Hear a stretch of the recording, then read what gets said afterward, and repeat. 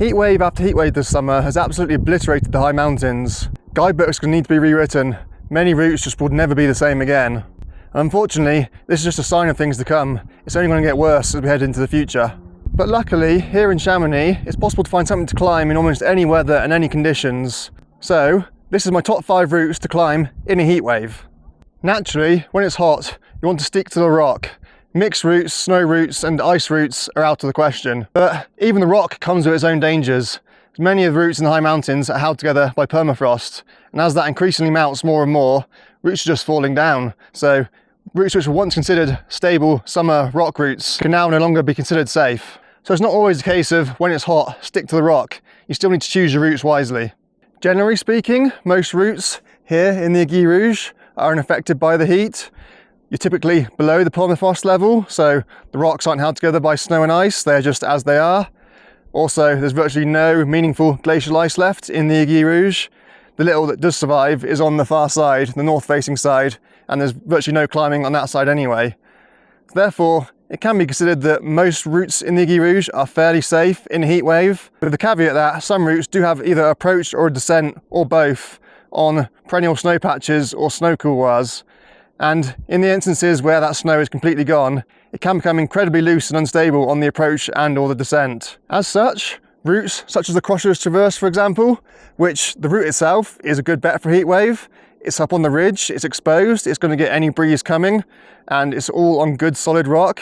You could consider that to be a good route to do in a heatwave, but the approach goes up a couloir, which is very loose and chossy. There have been a number of fatal accidents there in the past once all the snow has gone from the couloir and it's just dry rock. So therefore I won't be including that on my list, even though the route itself is actually pretty damn good. It's also worth bearing in mind that most of the climbing in the Aiguilles Rouges faces south, or at the very least has a predominantly southerly aspect. And we're not all that high here. Routes typically between about 2,200 and 2,500 meters. So yes, in an average summer it can be pleasantly cool up here, but in a heat wave you're going to be cooking on the rock. But I will give you one route on this side. So first on my list is the Clocheton Traverse on the Clocher de Prampras behind me up there. This is a super classic low-grade alpine route, so unfortunately it will be busy. If you're here in the middle of summer, regardless of the temperatures and the weather, you're going to encounter lots of other parties up there, with good reason. It is one of the best and most iconic low-grade, predominantly rock alpine routes in the Massif, and it is almost unique in the fact that it has a Tyrolean traverse, so it's worth seeking out for that fact alone. The route gets an alpine grade of AD5A, and you start heading up the line of least resistance, the Voie Kohlmann on the Clocher de Prampras behind me up there, that really iconic pinnacle. From there, you then descend via Absel, and it's then a series of short climbs and descents, tackling not one, not two, but 5 iconic little pinnacles on the ridgeline behind me up there. Beyond the first pitch, there's not a huge amount of actual rock climbing on it. It's more of an adventure route than a technical rock route. But there is the infamous chimney pitch, which comes at the end of the route, which is the crux of the route. It's given 5A, but it's definitely a sandbag at 5A. Most people will choose to cheat and pull on the tath that is around the community place Clocheton. But beyond that, the climbing is actually relatively straightforward. It's a route that many people will choose to do either in big boots or in approach shoes, which always makes for a much more enjoyable day than squeezing your toes into climbing shoes, especially when it's hot. It can be approached either from down here, the mid-station at Prampras, or from the top of the Brevant cable car. It's definitely shorter to approach directly from below, from the mid-station, but you do then have to gain height, which you're going to get hot and sweaty doing. So if it is really hot, you might choose to take the cable car up to the top. Then you're actually descending more than you're ascending to get to the start of the route, but as I say, it is actually a bit of a longer approach from that direction. And being up on the ridge crest, if there is any welcome breeze to be felt, you will be able to feel it one way or another. Likewise, the route goes on both sides of the ridge, so at times you will be in the full glare of the sun, other times you will be in the shade. So if it is unbearably hot, you can escape into the shade, at least cool down and have a rest. So that's another reason why it is a good route to do in a heatwave. For the other picks on my list, we head across to the famous Chamonix granite, which no doubt be much more appealing to many of you. Starting off at Plan de Guy, the mid-station of the Guy de Midi, or equally you can approach some of these routes from Montenver as well. So, number 2 on my list is the north-northeast ridge of the Guy de Lem, and most people will choose to approach this from Montenver. This, again, is a classic mid-grade alpine rock route, a little bit harder than the Clocheton Traverse, indeed, a couple of grades harder. It goes at D5B, But most people will choose to do this in big boots, at least for the bulk of the route, as big boots are better suited to the nature of the climbing. It's very much traditional in nature, very thrutchy, very much chimneys and wide cracks, skirming your way up. Often big boots are actually easier than rock shoes, at least for the crux pitch. Again, its slightly lower altitude means that it's largely unaffected by the mounting permafrost. Equally, especially if you're approaching from the Montemeur side, there are no glaciers to cross on the approach, and you're largely out of the firing line of any scree and rockfall as well. Also, facing north-northeast, it's a relatively shady route, and even when you are in the sun, you're kind of getting it at a glancing blow. It's not blazing right at you like it would be over in the Aiguilles Rouges on the south-facing rock routes. It's worth noting that there are two options for the descent. But if you're doing it in heat wave or even just in normal summer heat, your best way is to descend back the way you came via Col Blanc, rather than descending down the ladders and onto Nantillon Glacier. In summer, crossing Nantillon Glacier is pinball alley. It's definitely to be avoided. That might mean earlier in the season you're going to need to carry axe and or crampons up the route with you to be able to get down the snow in Col Blanc. But there are a few anchors on the rock on the side wall of the gully, so even if it is still filled with snow, you may well be able to get down without any extra equipment just by rappelling from anchor to anchor. And assuming you've got some half decent approach shoes with you, or indeed if you climb the route in big boots, the snow is going to be soft, so you're going to be able to kick in anyway, even if you haven't brought axe and crampons with you. An honorary mention also to the rock routes on the northwest face of the Guy de l'Em. Indeed, these are described in the guidebook as best done in a heat wave. Being predominantly north facing, they do stay damp for a long time, suffer a little bit from seepage, so they are best done when it's hot, when they've had most chance to dry out. Probably the most popular of these is Voie Kohlmann.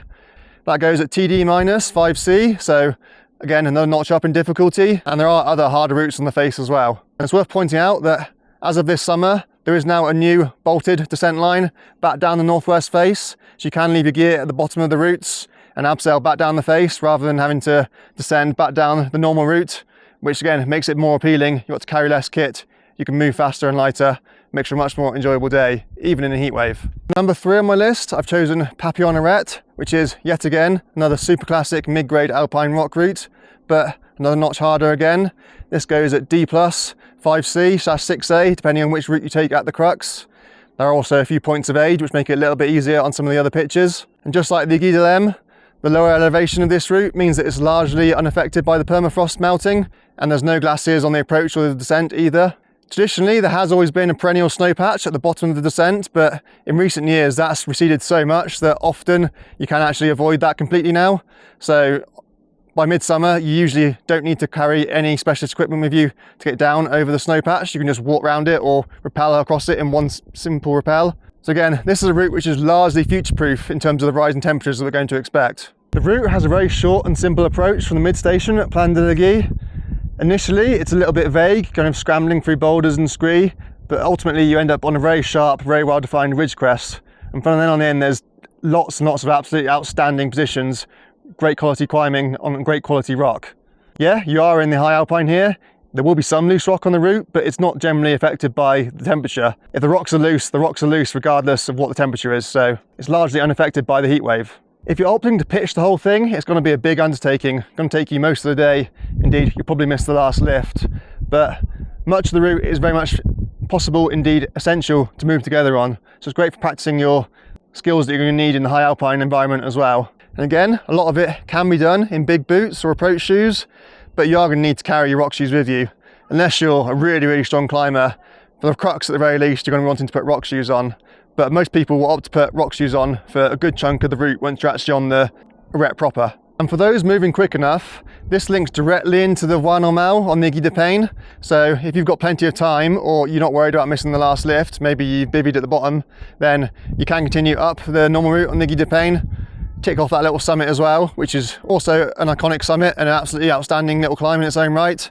And you'll descend back down the same way anyway, so it can be a good alpine link up for those who are quick enough and keen enough.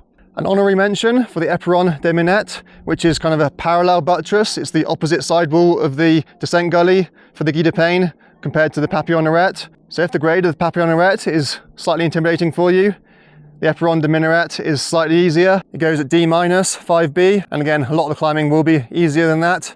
It's also a little bit shorter as well, so you're less likely to miss the last lift if you are pitching most of it. So that's another good option in a heat wave for those who operate at a slightly lower grade. Number 4 on my list is the Voie Kohlmann on the Lam Fontaine, below the red pillar of the Guide de Blatier.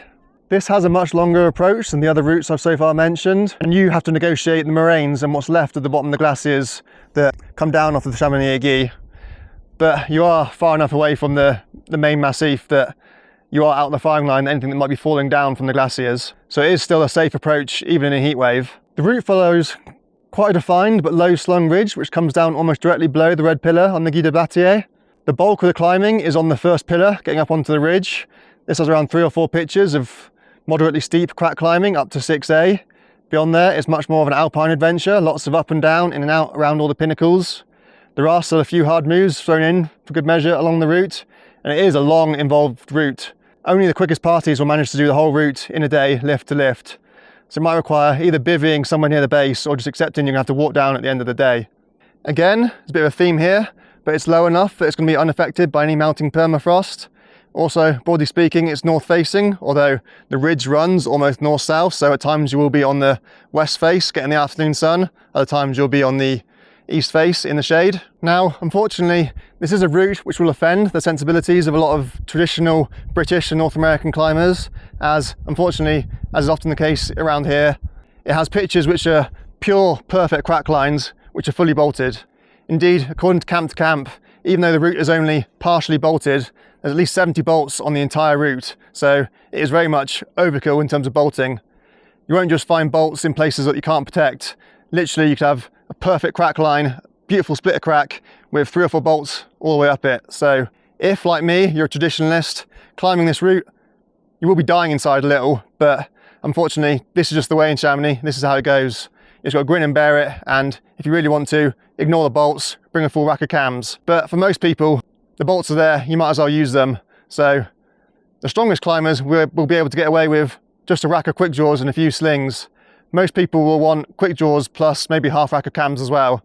And for those who are really keen and motivated, there's always the option of continuing on to a route on the red pillar of the Guide de Blatier as well, especially if you've chosen to bivvy somewhere near the bottom of the routes. Indeed, you might even want to spend a couple of days up there, do multiple routes, because it does link very nicely into the base of the red pillar. Indeed, the red pillar itself, despite being higher elevation, it does appear to be largely unaffected by the heat as well. I'm not aware of there being any major rockfalls on any of the classic routes on the red pillar in recent times, but the pillar does face west, so it's not necessarily the best place to be heading in a heat wave, as you will be cooking in the afternoon sun. And last but not least, for number 5 on my list, I will give you one route in the high Alpine. You might assume that heading to altitude when it's really hot is your best bet, but the nature of the rock in the high massifs means that most stable buttresses face south. So it means that any of the classic rock routes in the high Alpine are typically in the full glare of the, well, not just the afternoon sun, the full day sun. So even though the air temperature might be much cooler up there, the sun is also much stronger because the air is thinner. So in actual fact, heading up to the nice stable rock on the south face of the Guide de Midi, for example, in a heat wave, generally isn't the best of ideas. You're going to get absolutely cooked up there. But one exception, the route which is occupying the final place on my list is Voie Kohlmann. This is on the south face of the Guide de Midi, but most of the climbing on the route actually faces east. So it loses the sun very quickly in the morning, and after that it can actually feel quite chilly, even in mid-afternoon in the middle of a heat wave.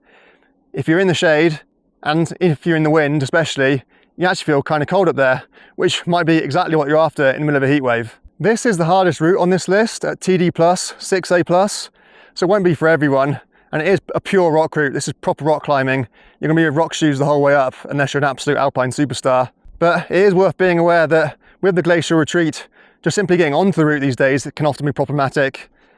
You can expect there'll be at least one more pitch just to get to the start of the route compared to certainly older guidebooks, but even relatively recent guidebooks, you're likely going to have to do at least one extra pitch just to get to the start of where the guidebooks suggest the route goes. Unlike some of the routes on the south face of the Guide de Midi, which wander around all over the place, this just follows a very strong line. It's very aesthetically pleasing. It follows almost continuous corner cracks the whole way up from bottom to top. So in that regard, it's a very pure line. The climbing's also fairly homogeneous as well. There is a pitch which goes at 6B clean, but most people aid for it at 5C. Beyond that, most of the climbing is around about 5C, 6A. The 6A plus crux pitch, again, it's a corner crack, so you can aid through most of the difficulties if you really need to.